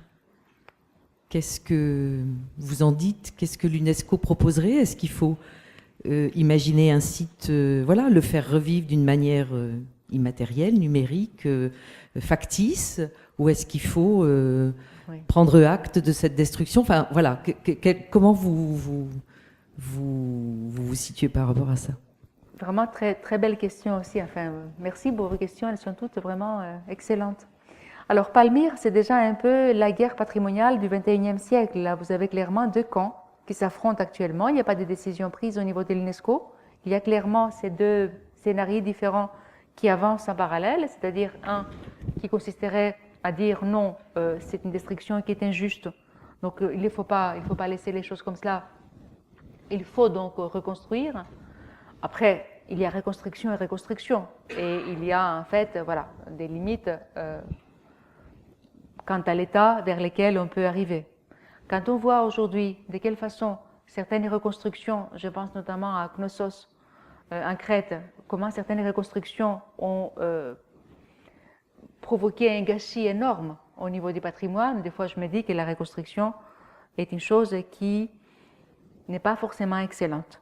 Et il ne faut pas oublier une chose, que ces débats entre les constructionnistes et les anti-constructionnistes est un débat d'aujourd'hui, mais on peut tout à fait imaginer que nous temporisons. On peut temporiser. Et on peut très bien imaginer que de toute façon, dans les scénarios de la reconstruction ou dans les scénarios de la non-reconstruction, nos enfants et nos petits-enfants seront sans doute en mesure de faire beaucoup mieux que nous. Donc ce n'est pas forcément quelque chose qu'on traite à l'urgence. Il n'y a aucune urgence par rapport à cela, si ce n'est une urgence un peu égoïste de nous faire du bien, en fait. Avec ce que nous ferons à Palmyre, de toute façon, nous nous ferons du bien. Enfin, nous nous traitons plutôt que nous traitons le patrimoine. Mais effectivement, dans l'autre camp, ce qui est dit, c'est que la destruction fait partie aujourd'hui de l'histoire de Palmyre. Palmyre, de toute façon, avant la destruction par Daesh, était tout sauf indemne. C'était déjà une cité en ruine, bien entendu. Ces ruines étaient déjà les fruits de tout un ensemble d'autres moments parfois douloureux, historiques, qui ont provoqué cette destruction. Elle n'a pas été faite que, enfin, elle n'a pas été que le produit d'une lente, comment dire, de lent effacement. Il y a eu aussi des moments douloureux. Donc, selon cette deuxième approche, il s'agirait effectivement de laisser Palmyre telle qu'elle est actuellement, de façon à montrer de façon claire ces moments très douloureux de son histoire. La question n'a pas été tranchée. Si j'aurais à parier, je peux parier, je pense que c'est en fait les camps des constructivistionnistes light qui va en fait prédominer, mais encore une fois, je le crois réellement, je pense réellement qu'on le fera parce que nous avons besoin de cela. Ça nous fera du bien.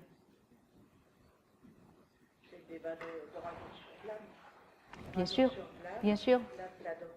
Tout à fait. Tout à fait. Absolument. Et Oradour sur Glane joue aujourd'hui son rôle de mémorial. C'est effectivement un exemple tout à fait intéressant.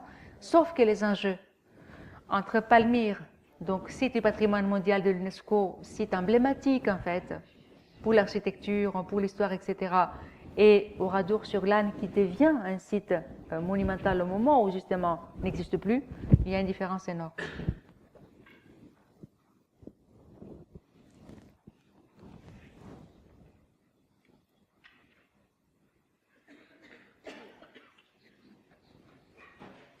S'il n'y a pas d'autres questions, je vous tends encore virtuellement le micro. Non? Ah, encore une question. Ce sera la dernière. Eh bien, si c'est la dernière, ça va peut-être être la meilleure. On verra bien. À propos de patrimoine, que vous n'avez pas évoqué le patrimoine qui concerne le goût, le manger? Tout à fait. Je ne l'ai pas évoqué. Je ne sais pas si c'est immatériel, mais quand même, il y a totalement immatériel. C'est immatériel? C'est totalement immatériel. Alors, c'est une excellente question aussi. Donc, vous avez raison. C'est la dernière et elle est bonne. Alors, je pense que cette distinction patrimoine matériel et patrimoine immatériel est totalement factice. Il n'y a pas de matériel sans immatériel, il n'y a pas d'immatériel sans matériel. Quand on liste le patrimoine mondial immatériel de l'UNESCO, les champs, etc., même le corps est une matérialité. Hein, donc voilà, il faut toujours un élément matériel pour produire de l'immatériel. Et il n'y a pas de matériel sans immatérialité, sens symbolique, etc. Ça, c'est une première chose à dire.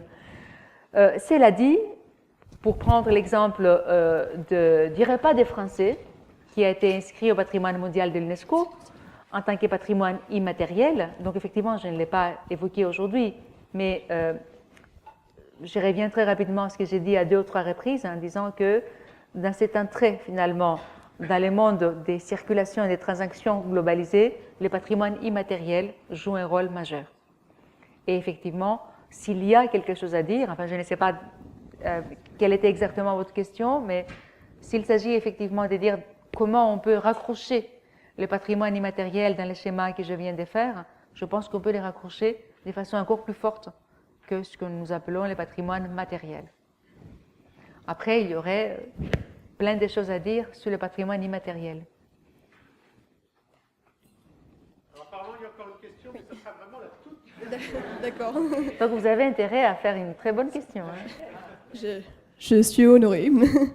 Je me demandais comment on entrait exactement au patrimoine mondial de l'UNESCO. Ah là, c'est un cours que vous voulez. Non, mais plutôt une question de curiosité en fait. Alors, comment on entre? Aujourd'hui, très difficilement. Quand la convention a été signée en 72 et les premiers biens ont été inscrits en 78, c'était facile. C'est-à-dire que toutes les merveilles du monde, on a commencé par les grandes merveilles du monde réellement, ont été inscrites de façon relativement simple.